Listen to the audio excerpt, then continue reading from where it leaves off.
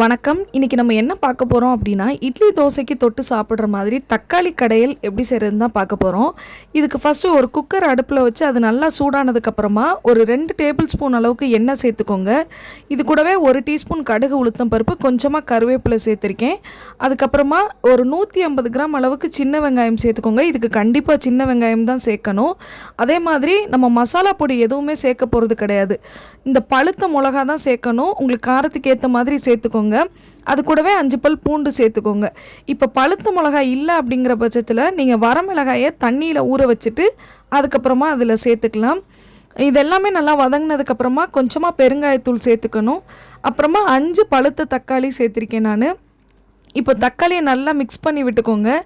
இப்போ இது கூடவே தேவையான அளவு உப்பு சேர்த்துட்டு ஒரு 5 நிமிஷம் அப்படியே நல்லா கிளறி விடுங்க. அதுக்கப்புறமா உப்பு நல்லா அதில் இதானதுக்கப்புறமா இதுக்கு தேவையான தண்ணி சேர்த்துக்கலாம். தண்ணி பார்த்திங்கன்னா நிறையா ஊற்றிடக்கூடாது. அந்த தக்காளி பாதி மூழ்கிற அளவுக்கு தண்ணி சேர்த்தா போதும். இப்போ தண்ணி ஊற்றுனதுக்கப்புறமா குக்கரை மூடிட்டு ஒரு 5 விசில், ஹை ஃப்ளேமில் 5 விசில் விட்டு எடுத்தீங்க அப்படின்னா உங்களுக்கு தக்காளி வெங்காயம் எல்லாமே நல்லா வெந்து வந்துடும். இப்போ இந்த மாதிரி மேஷர் ஏதாவது வச்சு நல்லா இந்த தக்காளியை மசிச்சு எடுத்துடணும். அப்போ தான் இது இட்லி தோசை கூட சாப்பிட்றதுக்கு அவ்வளோ டேஸ்ட்டாக இருக்கும்.